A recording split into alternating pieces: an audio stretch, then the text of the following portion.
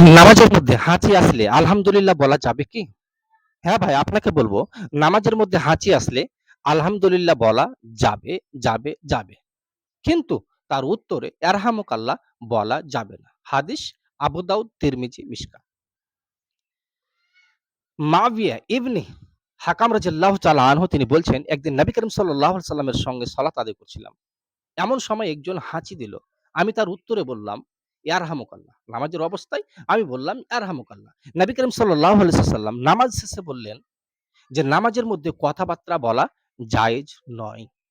কথাবার্তা বলা জায়েজ নয়। নবী করিম সাল্লাল্লাহু আলাইহি সাল্লাম একথাই বললেন, নামাজের মধ্যে হাঁচি আসলে আলহামদুলিল্লাহ বলা যাবে। কিন্তু তার উত্তরে ইয়ারহামুকাল্লাহ বলা যাবে না। কারণ নামাজ হচ্ছে তাসবিহ, তাকবীর এবং কোরআন তেলাওয়াতের নাম। অতএব নামাজের মধ্যে আলহামদুলিল্লাহ বলা যাবে, কিন্তু ইয়ারহামুকাল্লাহ তার উত্তর